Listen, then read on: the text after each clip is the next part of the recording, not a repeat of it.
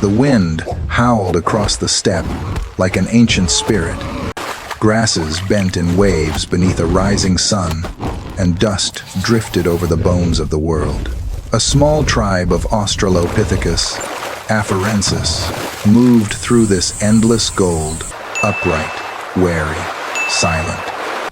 Hunger had carved their bodies lean, but the will to survive burned in every sinew. A mother carried a child against her chest, the baby's dark eyes reflecting the fire of dawn. Around her, hunters gripped rough stone flakes and wooden spears hardened by fire. Ahead, the herd they pursued, wild antelope, grazed near a shallow stream.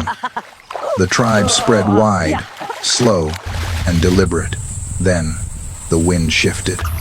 The animals caught their scent. Heads snapped up. In a breath, the herd exploded into motion. The hunters broke into a sprint, feet pounding the dirt, lungs burning. They weaved through grass, shouting wordless cries that echoed across the plains.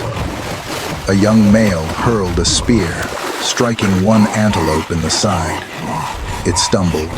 The others descended, a blur of motion, of muscle and dust. They brought it down, panting, triumphant. Blood soaked into the soil. Life had been taken so life could continue.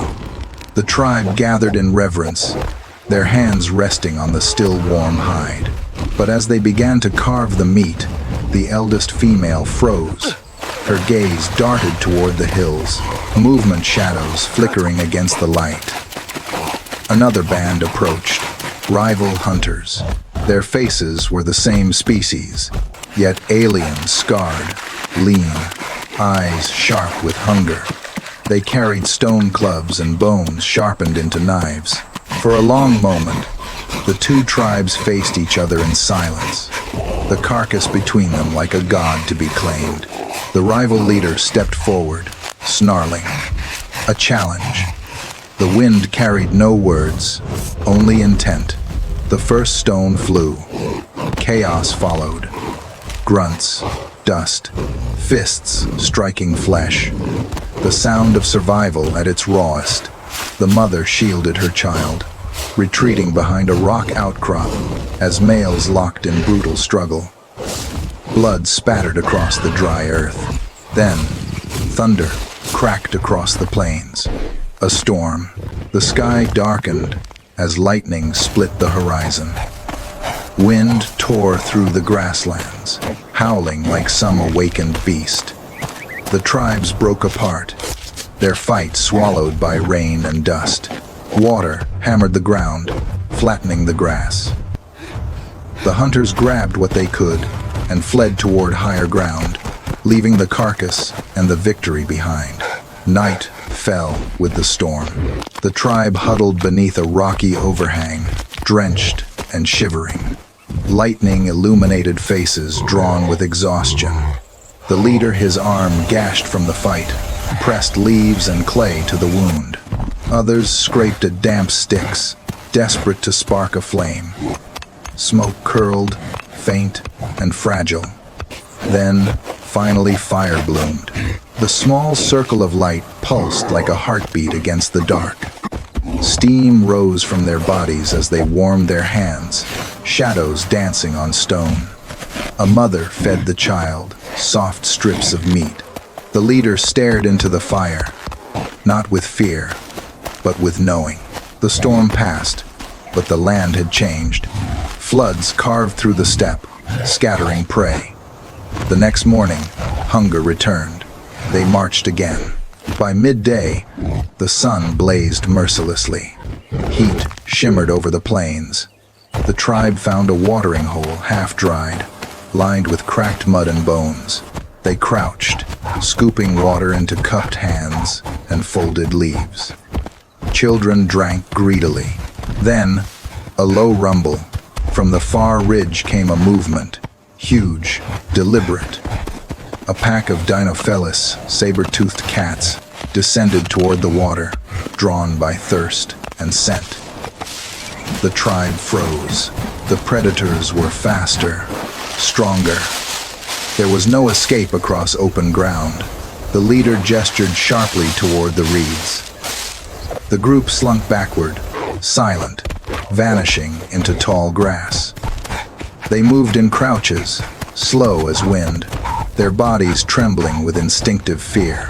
The cats reached the water, lapping and growling, tails twitching, but the child cried. Just once, a soft, human sound. A head snapped up.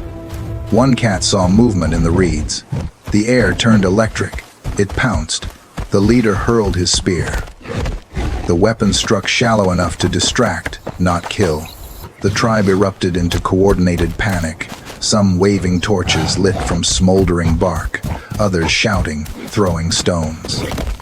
The beasts hesitated, confused by the fire, the noise, the light.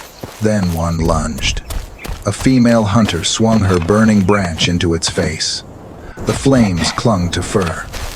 The cat roared, thrashing, retreating into smoke and fear. The others followed, slinking back into the night. Silence returned.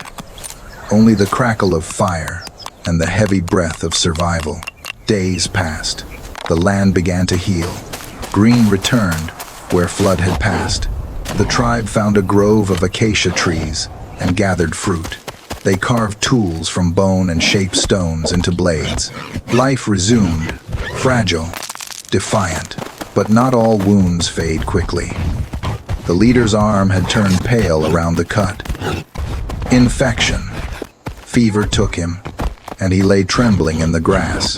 The mother, the same who had carried the child, crushed herbs and ash into paste, pressing it gently to his skin. Others fanned away flies, offering water in cupped leaves. For days, they tended him. And when his breathing steadied again, they raised their faces to the dawn. The final test came with fire. A lightning strike ignited the dry grass miles away. By afternoon, a wall of flame swept across the steppe. The tribe saw it from the ridge, a river of orange devouring the horizon. They ran. Smoke thickened the air, heat licking at their backs. Mothers clutched children, hunters carried food and tools. The herd animals fled beside them, an entire world in motion. They reached the river, just as the flames closed in. The leader, still weak but unyielding, plunged into the shallows, signaling others to follow. They crossed together, chests heaving, eyes burning from smoke. The fire hit the opposite bank and stopped. When the smoke cleared, they stood, soaked and trembling, watching the blackened land. Everything they had known was gone. But before despair could settle, the child, that same small child, laughed. A sound pure and bright against the ruin. The tribe turned toward him, and then toward the horizon, where new land waited untouched, full of promise. Long before memory, they faced a world of fire and fang, flood and hunger. They did not conquer it. They learned to move with it. Their survival was not victory, it was the beginning of all we would become.